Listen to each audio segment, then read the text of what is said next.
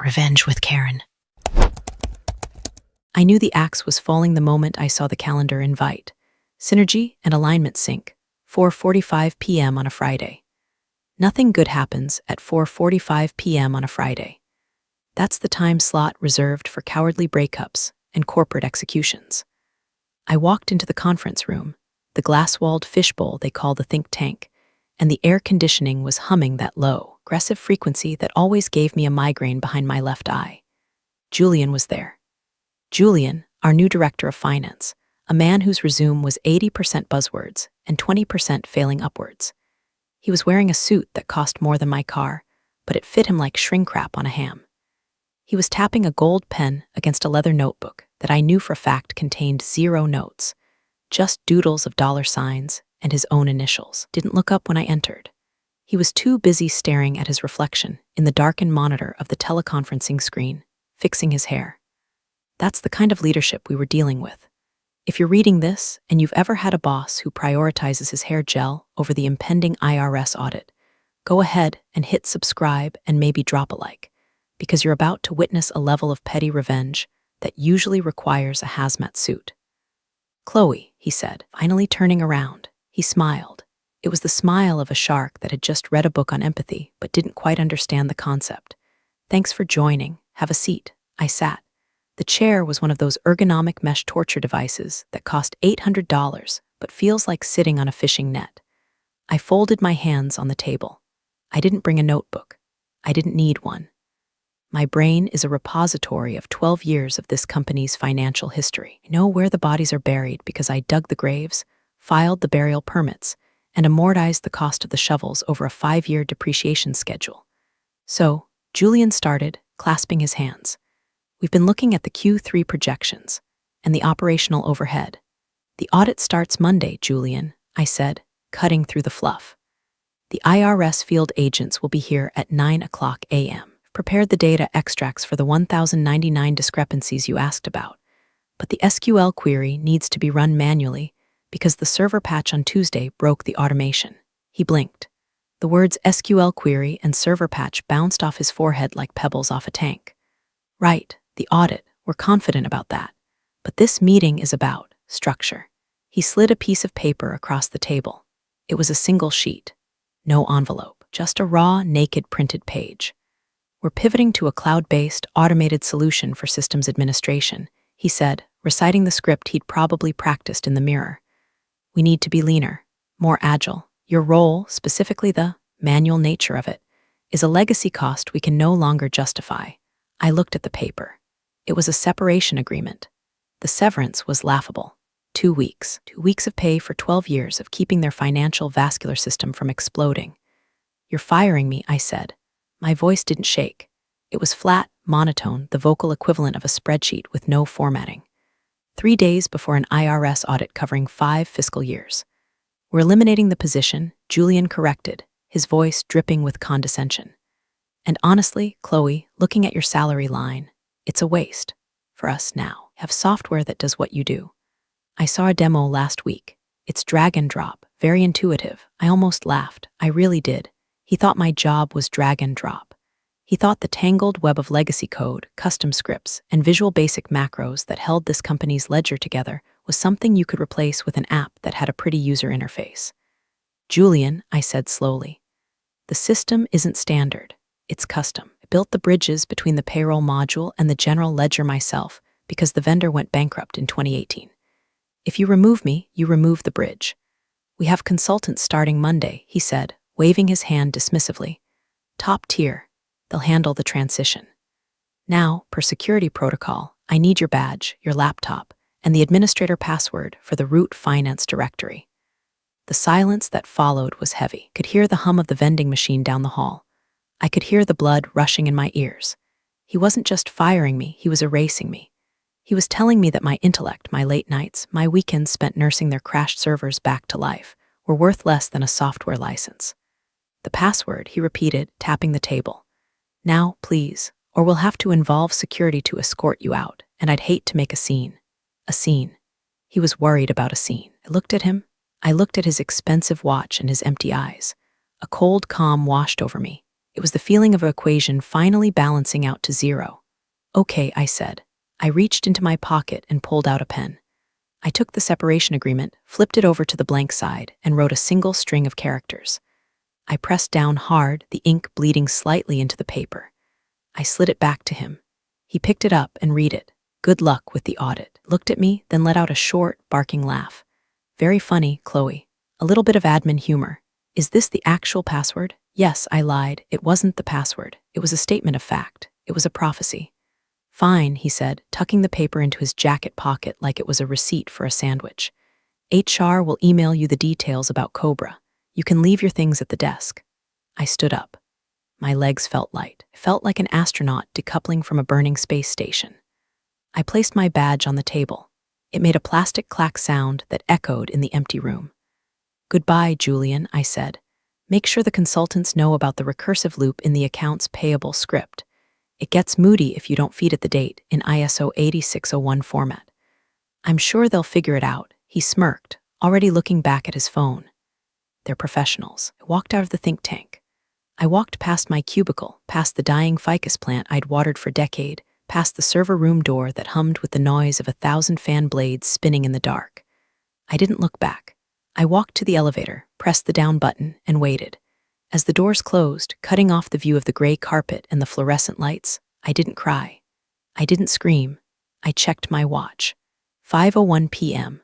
I was officially unemployed. Julian was officially the captain of the Titanic, 10 seconds after hitting the iceberg, wondering why the ice cubes in his drink were rattling. The drive home was a blur of cornfields and strip malls. Illinois in the late afternoon has a specific quality of light, gray, flat, and uncompromising. It matched my mood perfectly. I pulled into my driveway, the gravel crunching under my tires like brittle bones. My house is small, mid-century ranch I bought 5 years ago, paid for by the overtime hours that Julian just called a waste. I walked inside, kicked off my heels, and went straight to my home office. This room was the antithesis of the office I had just left. It was cool, dark, and silent. 3 monitors sat on my desk, a cockpit of control. I sat down and woke them up. The screens glowed with a soothing blue light. I still had remote access. They hadn't cut it yet. Of course they hadn't. Julian probably didn't even know who to call to shut down the VPN tunnel I had configured for myself 3 years ago when the blizzard of 22 trapped us all at home. To him, IT was just a nebulous cloud of nerds in the basement. He didn't realize that I was the one who managed the permissions for the finance sector. I logged in. My fingers flew across the mechanical keyboard. The click-clack sound, rhythmically satisfying, wasn't there to destroy data. I'm not a criminal, I'm a professional. There's a very thick, very distinct line between sabotage and malicious compliance. I was about to walk that line like a tightrope walker in stilettos. First, I checked the backups. I initiated a final, encrypted backup of the entire finance directory to an external drive connected to the server. Not for me to keep, but to ensure that when they inevitably crashed the system, the data existed somewhere, even if they couldn't access it. I'm not a monster. I just wanted them to sweat, not burn to the ground. Then came the cleaning. Over the years, I had written dozens of scripts to automate the mundane parts of my job. Scripts that pulled exchange rates from the web at 2:00 a.m., scripts that cross-referenced vendor invoices against shipping manifests, scripts that auto-corrected the terrible data entry habits of the sales team. These weren't company property, were my personal tools, stored in a folder marked /Chloe tools/. They were the digital equivalent of a mechanic bringing their own high-end wrench set to a garage. When a mechanic gets fired, they don't leave their Snap-on tools behind. They pack up their box. I open the terminal window. rm rf/usr/local/finance/scripts/Chloe tools/ I hovered my finger over the enter key. I thought about the time I spent Christmas Eve 2019 rewriting the depreciation algorithm because Congress changed the tax code 3 days before year-end. I thought about the time Julian's predecessor called me a lifesaver, but gave the bonus to the sales guy who couldn't use a calculator. I pressed enter. Deleted. Next, the documentation. The runbook. This was a 300-page PDF I had meticulously compiled over a decade. Contained the passwords to the legacy databases, the contact numbers for the retired developers who wrote the original code in the 90s, the quirky workarounds for when the server froze on Tuesdays. It was the map to the labyrinth. It was stored on my personal cloud drive, which I had, out of the kindness of my heart, shared with the department. I revoked the sharing permissions. Link expired. Now, the system was naked.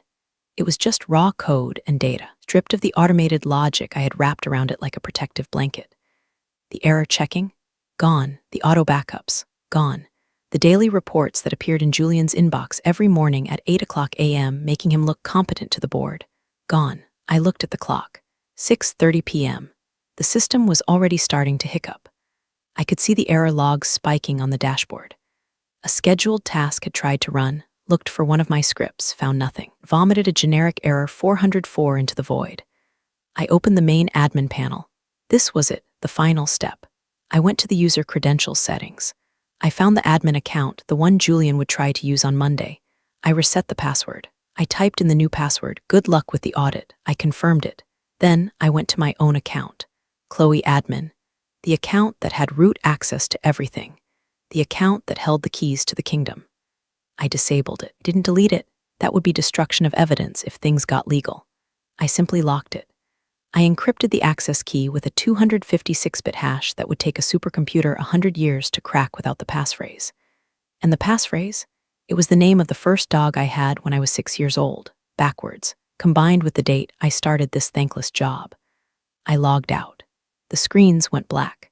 The hum of my computer fans slowed down. Room was silent. I stood up and walked to the kitchen.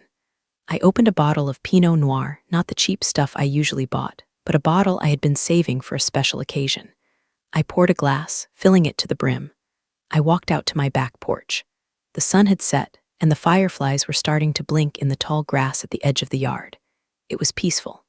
Somewhere, in a server room 20 miles away, a red light began to blink on a rack-mounted drive. It was a small light, insignificant, but it was the first crack in the dam. I took a sip of wine. It tasted like oak and cherries and freedom. Good luck, Julian, I whispered to the darkness.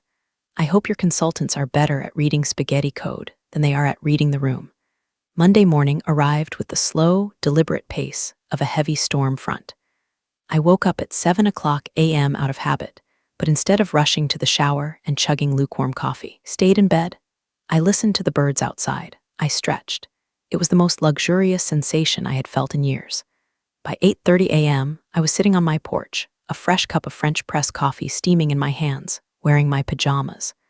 I didn't have to be anywhere. I didn't have to explain to a 24-year-old marketing associate why they couldn't expense a team-building trip to a strip club in Vegas. 20 miles away, the scene would be very different. I closed my eyes and let my imagination, fueled by 12 years of experience, paint the picture. At 8:45 a.m., the IRS auditors would be arriving.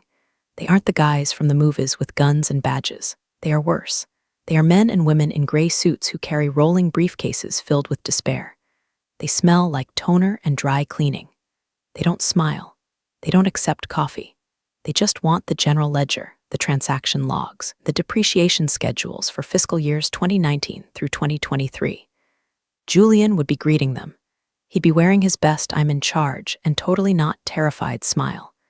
He'd usher them into the conference room, the same one where he fired me, and offer them water. They would decline. We'll need access to the financial system immediately, the lead auditor would say. Let's call him Agent Smith. Have a randomized list of 500 transactions we need to verify. Of course, Julian would say, we have a state-of-the-art system, very intuitive. He would lead them to the designated terminal. He would sit down, confident, ready to show off. He would type in the username, admin. Then he would type in the password he thought was a joke. Good luck with the audit. He would hit enter. Access denied. I took a sip of my coffee. The bitterness was perfect. Julian would frown. Try again? Maybe he typed it wrong. Maybe it was case sensitive. He'd type it slower this time, hunting and pecking the keys. GOODLUCK, access denied. Account locked. Please contact system administrator. Is there a problem? Agent Smith would ask, checking his watch. The IRS bills for their time effectively. Every minute wasted is a mark against the company's competence. Just a technical glitch, Julian would stammer. Sweat would be starting to bead on his upper lip. Let me just call IT. He would call IT. But IT doesn't manage the finance server permissions. I did. The IT guy, probably Kevin, a sweet kid who only knows how to restart routers, would tell him, Chloe handled all the access controls for that box, sir. I don't have the root password. Well, reset it. Julian would hiss into the phone, trying to keep his voice down so the auditors wouldn't hear. I can't, Kevin would say. The encryption key is local to the admin profile. If we force a reset without the key, the database locks itself down to prevent tampering. It's a security feature. Chloe set it up after the ransomware scare in 21. I smiled. I remembered setting that up.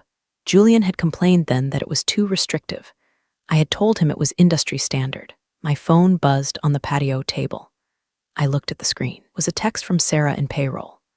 Sarah was my work wife. She knew everything. Text, OMG. Julian is running around the office like a headless chicken. The IRS guys are just sitting there staring at a blank screen. He's screaming at Kevin. What did you do? Face with tears of joy, I didn't reply. I just watched a cardinal land on the bird feeder. My phone buzzed again. This time, an email notification from Julian Vance at CompanyCom subject. Urgent, password issue Chloe, hope you're well. There seems to be a confusion with the password you left. It's not working. The auditors are here. Please send the correct one ASAP. This isn't the time for games. I archived the email without opening it. Then the phone rang. It was the office number. I let it ring. It rang 4 times, then went to voicemail. I imagined Julian's face. Red, blotchy, panic setting in behind the buttocks. He was realizing that the drag and drop system wasn't dragging, and it certainly wasn't dropping anything but his career down the toilet. The system was reacting exactly as I had programmed it to react to unauthorized entry attempts. Without the handshake script that ran from my user profile, the database assumed it was under attack. It was currently encrypting the transaction logs to protect them. It's not a bug, Julian, I said to the buzzing phone. It's a feature. I poured myself another cup of coffee. The morning was just getting started. By 11 o'clock a.m., the cavalry had arrived, or rather, mercenaries in better suits than the cavalry. Sarah kept me updated via a stream of text messages that were more entertaining than any Netflix series. Apparently, Julian had panicked and called In Solutions Inc., high-priced IT consulting firm that charged $400 an hour per head and specialized in digital transformation. Text from Sarah. 3 guys just walked in. They look like they were 3D printed in a Brooks Brothers. Julian is bowing to them. The IRS agents are currently reading magazines in the lobby. This is a disaster. I knew exactly what was happening. The consultants would sit down at the terminals, crack their knuckles, expect to see a standard Oracle or SAP environment. They would expect nice, clean tables with names like table employees and table salaries. Instead, they were walking into a haunted house built of code. Our finance system was a Frankenstack. It started as a D-base Roman 4 system in the 90s, migrated to SQL Server in the 2000s, and was patched together with Python scripts, Visual Basic macros, and prayer. Had named the tables based on the logic of the time they were created. The table for contractor payouts wasn't called contractor payouts. It was called TBL Project Zeus 2015 because that's what the CEO at the time called the initiative, and changing the table name would have broken 18 other dependencies. Only I knew that. I pulled up LinkedIn on my iPad. I saw Julian's profile, visionary leader driving efficiency. I snorted. Consultants would be looking for the documentation, the runbook. They would be searching the shared drive for the PDF I had revoked access to. Text from Kevin, IT. Hey Chloe, sorry to bother you. The new guys are asking for the network topology map for the finance cluster. They say the one on the server is a dead link. Do you have a copy? Julian is breathing down my neck. I looked at the text. Poor Kevin. He was innocent in this. But helping Kevin meant helping Julian. Reply to Kevin, hey Kev. I left all relevant documentation on the shared drive before I departed on Friday. If it's not there, it must have been removed during the transition. I don't have access to company files anymore. Good luck, a half-truth. The link was dead because I killed it. But legally, I was squeaky clean. I wasn't an employee. I shouldn't have company data. I could imagine the scene in the server room. The consultants, sweat rings forming under their arms, staring at a cron job labeled "Do not touch this or payroll dies." They wouldn't know what it did. It was a script that converted the timestamp from UTC to Central Time, accounting for daylight savings, because the payroll software had a bug that deducted an hour of pay from everyone twice a year if you didn't run it. If they disabled it, lawsuits from the Department of Labor. If they ran it twice, everyone gets double paid. They were flying a plane blindfolded. The controls were labeled in a language only I spoke. Text from Sarah, crying, laughing emoji. One of the consultants just asked Julian what the Kraken is. I heard him say, I think it's a script. I laughed out loud on my porch. The Kraken was a data scrubbing tool I wrote to clean up the messy data from the sales team. It was aggressive. It deleted duplicates without mercy. If configured wrong, it would eat the entire database. Don't release the Kraken, boys, I muttered. Around 1:00 p.m., my phone rang again. Not the office number. It was a blocked number. I knew who it was. Julian was bypassing the official channels. He was desperate. The IRS agents had probably finished their magazines and were starting to talk about obstruction and penalties. I let it ring. The voicemail notification popped up instantly. I played it on speaker. Chloe. Julian's voice was different. The arrogance was gone, replaced by a tight, strangled tone. Look, we need to talk. The consultants are having trouble mapping the architecture. The documentation seems to be missing. I need you to come in, just for an hour. We can pay you a consulting fee, a generous one. Please call me back, immediately. Generous consulting fee, I repeated. I thought about my severance, 2 weeks. I thought about the waste comment. I picked up my phone and typed a text to Sarah. Ask the consultant if he's tried running the restore default command on the main cluster. Text from Sarah, you want me to help them? Me, trust me. Text from Sarah, okay, I told them. The lead guy is typing it in now. I smiled. The restore default command didn't restore the system. It restored the display settings of the terminal to the factory default, which was a violently bright green text on a black background, focused on an 800x600 resolution. It wouldn't fix the data, but it would make the monitors look like they were from 1982. It was a cosmetic prank I'd left for myself years ago. Text from Sarah, OMFK. The screens all just turned neon green. The consultant looks like he's going to vomit. Julian is screaming. The IRS guy just stood up and said this is unprofessional. I leaned back in my chair. Bridge wasn't just burning, it was exploding in Technicolor fireworks. The sun was high in the sky now, baking the Illinois plains, but I felt cool as a cucumber. The initial panic at the office had likely curdled into a heavy, suffocating dread. The consultants had failed. The drag and drop solution was a myth. Now, it was just Julian and the consequences of his own ego. At 2:15 p.m., my phone rang again. Same blocked number. I stared at it. Could have ignored it all day. I should have ignored it all day. But a small, dark part of me, the part that had been talked over in meetings for a decade, the part that had fixed their mistakes while they slept, wanted to hear it. I wanted to hear the fear. I swiped green. Hello, I said, my voice bright and cheery, the voice of a woman enjoying her first day of unemployment. Chloe, Julian shouted. He sounded breathless, like he'd been running. Aren't you answering my emails? I don't work for the company anymore, Julian, I said. I don't check that email address. And checking it would be a violation of the Computer Fraud and Abuse Act, wouldn't it? Unauthorized access and all that. Cut the crap, he snapped, his old aggression flaring up for a second before collapsing back into desperation. We are in a crisis here. The IRS agents are threatening to flag us for noncompliance. They're talking about freezing accounts. The consultants can't make heads or tails of your files. My files? I feigned innocence. You mean the company's files? The ones you said were obsolete? The ones the new software was going to replace? The software isn't ready, he yelled. Okay, is that what you want to hear? The integration failed.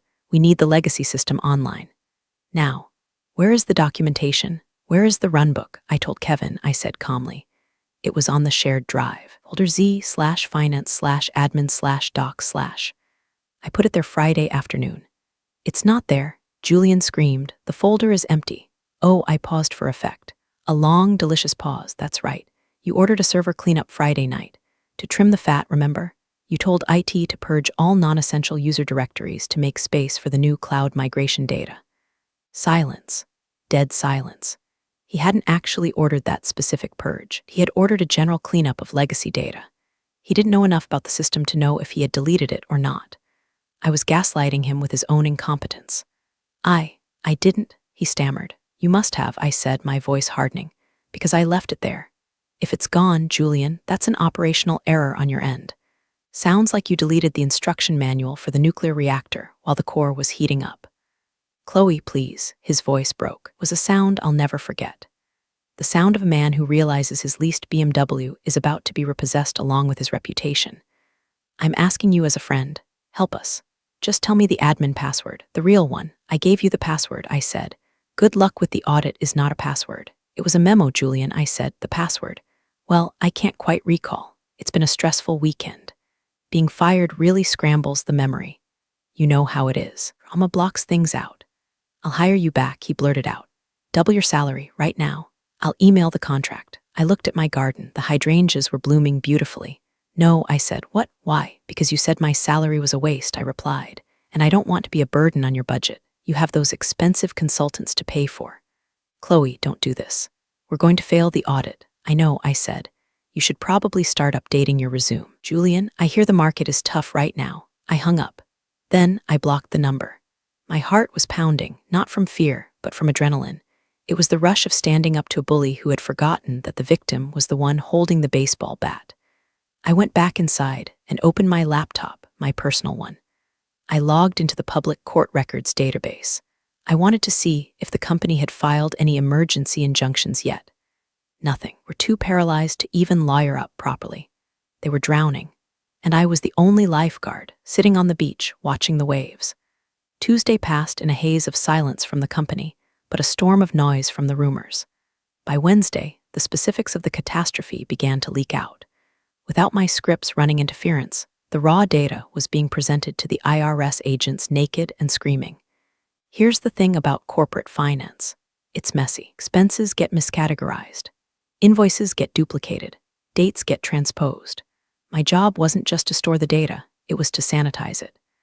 I had a script called Sandy CheckPie that ran every night at 3:00 a.m. It looked for anomalies, like a $50,000 payment to a vendor labeled MISC Office Supplies, and flagged them for review before they hit the general ledger. Without that script, the MISC Office Supplies payment was just sitting there, glaringly obvious. Sarah texted me around noon on Wednesday. Text, it's a bloodbath. The IRS found the executive retreat expenses from 2021. The ones Julian said were client development. I winced. I remembered that. They had expensed a trip to Cabo San Lucas. I had flagged it internally 3 times. Julian had overridden me, forcing the entry. But in my system, had tagged it with a digital sticky note. Potential audit risk override by J. Vance. But the auditors couldn't see my internal notes because the interface was broken. They just saw the raw expense. $42,000 Hotel California, Cabo, text, and the depreciation schedules are wrong. The system is calculating the write-offs based on the 2015 tax code because the updater script didn't run. That was the kicker. The tax code changes my scripts automatically adjusted the depreciation curves for millions of dollars in heavy machinery. Without that adjustment, the company was currently claiming deductions they weren't entitled to. That's not just a mistake, that's tax fraud. I sat on my couch, feeling a strange mix of vindication and horror. I hadn't realized how much actual crime, or at least gross negligence, I had been shielding them from. I was the dam holding back the sewage. Now the dam was gone. The fix team, the consultants, had apparently given up on understanding the system and were trying to manually rebuild the data in Excel. Imagine trying to rebuild a skyscraper using Lego while the building is currently on fire. Text from Sarah. They're interviewing people now, asking who authorized these payments. Everyone is pointing at Julian. He looks like he hasn't slept in 3 days. He's wearing the same shirt. System was doing exactly what a system should do. It was showing the truth. It was no longer lying for them. I logged into my bank account. My final paycheck had been deposited, along with the pitiful severance. It was accurate to the penny. At least the payroll auto run had finished before I was fired. I thought about the IRS agents. By now, they wouldn't just be looking for errors. They would be looking for intent. And because the system looked so chaotic, unmanaged, it looked like deliberate obfuscation. Incompetence looks a lot like malice when you're under audit, I said to my cat, Mr. Whiskers. He blinked at me, unimpressed. I walked to my bookshelf and pulled down a textbook, Federal Tax Procedures and Penalties. I flipped to the section on failure to maintain adequate records. Penalty, up to $10,000 per missing record. Potential criminal liability for officers of the company. Officers. That meant the director. That meant Julian. I closed the book. He had wanted to trim the fat. He had wanted to cut costs. By my rough mental calculation, the fines piling up in that conference room were currently outpacing my annual salary by a factor of 10. Every hour. I went to the kitchen and started baking bread. I needed to knead something. I needed to punch something. Dough was a safer legal alternative to Julian's face. As I pounded the flour and water, I realized something profound. I wasn't just the admin. I was the conscience of the company, and they had lobotomized themselves. By Thursday, the rot had reached the ceiling. The board of directors had been notified. In a normal company, the board is like the weather, distant, impersonal, and occasionally destructive. But when the IRS threatens to freeze assets, the board becomes a hurricane. My phone blew up with messages from people I hadn't spoken to in years. Sales VP, the head of HR, even the janitor, oddly enough, they were all fishing. Hey Chloe, long time, hope you're good. Say, do you remember where we kept the contracts for the 2020 merger? Chloe, missing your bright face. Quick question, is there a backup of the email server from last June? I didn't answer any of them. I was a ghost. A phantom limb that they were all suddenly itching to scratch. Sarah called me that evening. She sounded exhausted. Shredding things, she whispered. I saw Julian's assistant carrying a box to the shredder, but the auditors saw her. They confiscated the box. Chloe, it's like a crime scene movie in here. Did they blame me? I asked. It was the question that had been gnawing at me. Julian tried, Sarah said. I was in the break room when the chairman of the board cornered him. Julian tried to say you sabotaged the system. He said you planted a logic bomb. My stomach tightened, and the chairman asked him, did she delete the data or did she just leave? And Julian had to admit the data was technically there, just inaccessible. Then the chairman asked, why was one person the only key to our entire financial existence? And why did you fire her 3 days before an audit? I let out a breath I didn't know I was holding. Julian didn't have an answer, Sarah continued. He just stuttered about cost savings. The chairman literally laughed in his face, said, you saved us $80,000 in salary and cost us $5 million in fines. It's over for him, Chloe. They're just waiting for the audit to finish before they walk him out. The death spiral. It's a term we used in systems administration. It's when a process fails, and the attempt to restart the process consumes so many resources that it causes other processes to fail, creating a cascading loop of destruction. Julian was in the spiral. He had fired me to save money, the audit failed, the fines accumulated, the board panicked, the stock price, if we were public, would be tanking, his reputation was incinerated. And the best part? I hadn't done anything illegal. I hadn't planted a virus. I hadn't stolen data. I had simply taken my skills and went home. I walked to my computer and opened up a folder I had kept. It wasn't company data. It was my victory log, collection of every glowing performance review I had received for 10 years. Every year a rock star, Chloe email. If they tried to sue me, if they tried to say I was incompetent or negligent, I had a decade of proof that I was the only thing holding their house of cards together. I poured a glass of water. I felt dehydrated. The schadenfreude was salty. They're saying it's fraud, Sarah added, her voice dropping lower. On him, not you. Found emails where he told the old controller to hide the losses. The system kept the logs of those emails. The IRS has them. My system. My beautiful, paranoid hoarding system. It never deleted anything unless I told it to. It had kept Julian's secrets, and now it was vomiting them up for the feds. Karma isn't a bitch, I told Sarah.